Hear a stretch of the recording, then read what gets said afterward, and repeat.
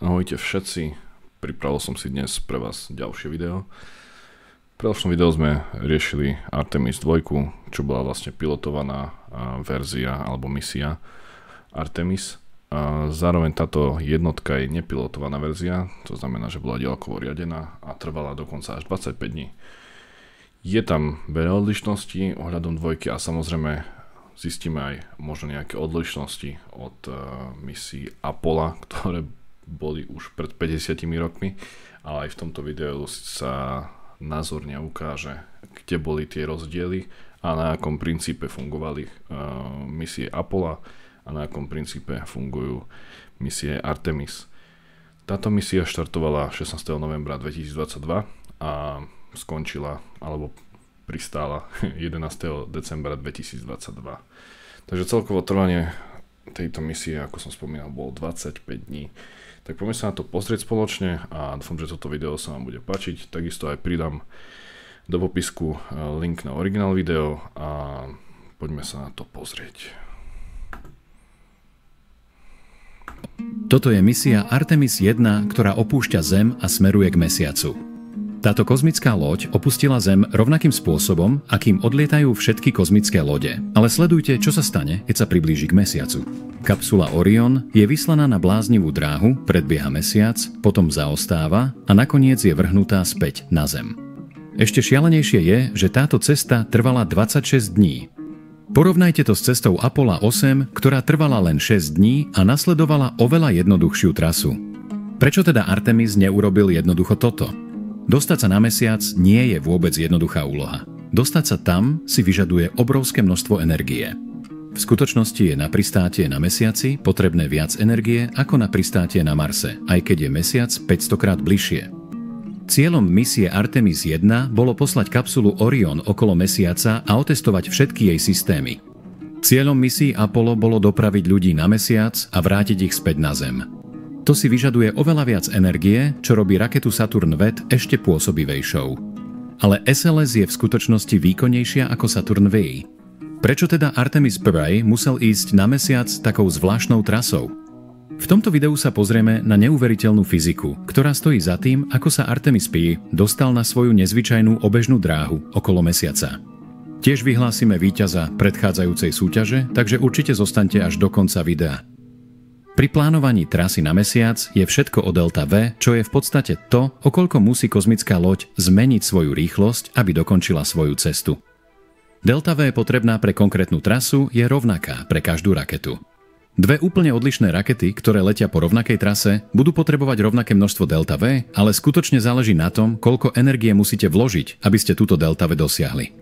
Tento obrázok ukazuje delta V potrebnú pre každú fázu typickej misie Apollo na Mesiac. Problém je v tom, že každá zmena rýchlosti si vyžaduje spaľovanie paliva. Ak je vaša raketa oveľa ťažšia alebo jej motory menej efektívne, budete musieť vložiť viac energie, aby ste dosiahli rovnakú delta V.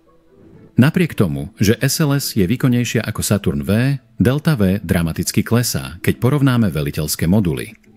Hoci je Orion ľahší ako Apollo, má menej než polovicu delta V. Je to preto, že Artemis I zvolila oveľa priestrannejší veliteľský modul na úkor menšieho servisného modulu.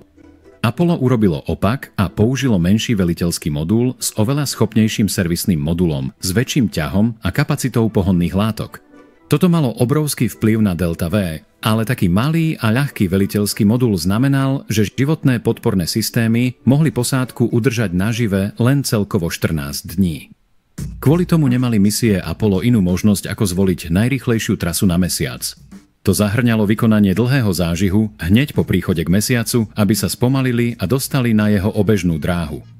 Toto si vyžadovalo veľa energie, ale znamenalo to, že sa mohli dostať na obežnú dráhu Mesiaca za len 3 dni, v porovnaní s 10 dňami pri misii Artemis 1. Orion jednoducho nemal dostatok delta V na to, aby to dokázal, a tak NASA musela vymyslieť úžasný plán, ako sa dostať na Mesiac.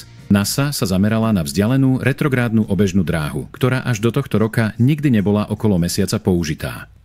To zahŕňa obiehanie Mesiaca vo väčšej vzdialenosti a pohyb v opačnom smere, než je obežná dráha Mesiaca okolo Zeme.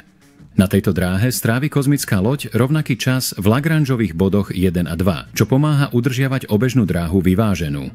To znamená, že kozmická loď nemusí plytvať palivom, aby si udržala svoju obežnú dráhu.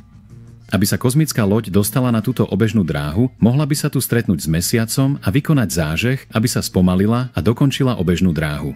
Toto sa nazýva priame vloženie. To povedala. A v podstate to isté robili aj misie Apollo. Aby však Orion ušetril čo najviac paliva, išiel inou cestou. Namiesto toho, aby Orion mieril na bod vzdialený 70 000 kilometrov od Mesiaca, zameral sa na tento bod, len 100 kilometrov nad povrchom Mesiaca.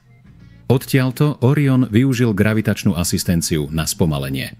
Aj keď si väčšina ľudí myslí, že gravitačné asistencie sa používajú na zrýchlenie objektu, presný opak sa dá dosiahnuť priblížením sa k Mesiacu z inej strany. Mesiac obieha okolo Zeme proti smeru hodinových ručičiek. Ak by sa Orion priblížil k Mesiacu z tejto strany, nielen, že by ho gravitačná sila Mesiaca pritiahla, ale keďže sa Mesiac zároveň pohybuje neuveriteľne rýchlo preč, pritiahne so sebou aj kozmickú loď a vystrelí ju ešte väčšou rýchlosťou. Ak sa však priblížite k Mesiacu z opačnej strany, skončíte tým, že sa pohybujete opačným smerom ako Mesiac, a tak namiesto zrýchlenia vás jeho gravitácia brzdí a spomaľuje. Presne toto Orion urobil, ale samotné to nestačí na to, aby sa dostal na obežnú dráhu Mesiaca. Keď Orion dosiahol bod najbližšieho priblíženia, zapol svoj motor, aby sa ešte viac spomalil. Tým sa spomalil práve natoľko, aby vstúpil na eliptickú dráhu s apoapsidou 70 000 kilometrov, presne do takej výšky, na ktorú predtým mieril. Keďže väčšinu práce vykonala gravitačná asistencia, Orion dokázal ušetriť obrovské množstvo paliva. Orion však stále nedosiahol svoju vzdialenú retrográdnu dráhu, takže musel vykonať ešte jeden zážih, aby svoju dráhu zocelil. Zážih vykonal, keď dosiahol apoapsidu, aby zrýchlil a zvýšil svoju periapsidu na 70 000 kilometrov. Tým sa Orion dostal na vzdialenú retrográdnu dráhu. To znamenalo, že cestoval oveľa hlbšie do vesmíru ako misie Apollo. Jeden obeh Mesiaca v tejto vzdialenosti trval 12 dní a ak by NASA chcela, mala možnosť predĺžiť ho o ďalších 12 dní jednoducho tým, že by zostala pri Mesiaci ešte o jeden okruh dlhšie. Táto dráha bola pre NASA ideálna, pretože im umožňovala stráviť viac času testovaním systémov Oriona. Táto trajektória sa môže na prvý pohľad zdať nezvyčajná, ale keď sa na ňu pozrieme z pohľadu Mesiaca, začne dávať oveľa väčší zmysel a môžeme vidieť, ako Mesiac zachytil Orion. Ešte zaujímavejšie to je, ak sa vrátime k pohľadu zo Zeme a Mesiac odstránime. Technicky vzaté, Orion bol stále len na eliptickej dráhe okolo Zeme, ale keďže jeho obežná doba bola rovnaká ako u Mesiaca, zdalo sa, že neustále mení strany. Aby sa Orion vrátil späť na Zem, musel sa vymaniť z gravitačného pola Mesiaca. To znamenalo vykonať šikovný manéver s gravitačnou asistenciou, ale v opačnom smere. Spomalil, aby sa priblížil k mesačnému povrchu a potom vykonal posledný zážih, ktorý ho nasmeroval na dráhu späť k Zemi. Dôvod, prečo čakal s týmto posledným zážihom až na najbližšie priblíženie, je spôsobený Obertovým efektom. Aj s rovnakým množstvom paliva na palube raketa získa oveľa väčšiu rýchlosť, ak spaľuje bližšie k Mesiacu, keď na ňu pôsobí najväčšia gravitačná sila. Predstavte si dva pohyblivé chodníky, jeden sa pohybuje pomaly a druhý rýchlo. Ak niekto kráča po tom pomalom, na konci z neho zíde stále pomerne pomaly.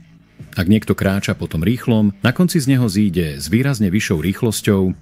Nielen to, dosiahnu vyššie delta s použitím menšieho množstva energie, pretože strávili menej času chôdzou. Keď je kozmická loď v najbližšom bode priblíženia, zažíva najväčšiu gravitačnú silu, ktorá ju zrýchľuje, ako by bola na rýchlejšom chodníku. Tieto typy manévrov sú neuveriteľne dôležitou súčasťou kozmických letov. Umožňujú ľuďom uskutočniť ten najúžasnejší skok na Mesiac. A s Orionom budú naďalej raziť cestu budúcim astronautom. No tak myslím si, že celkom zaujímavé video a do budúcna sa určite pozrieme aj možno na ďalšie misie, ktoré by nám mohli obohatiť tieto videá na tomto kanále a každopádne nezabudnite dať nejaký like a poprípade nejaký komentár zanechať a môžete pokojne aj nás odoberať, aby ste ďalšie video nezmeškali. Tak ďakujem pekne za sledovanie videa a vidíme sa na budúce. Čaute.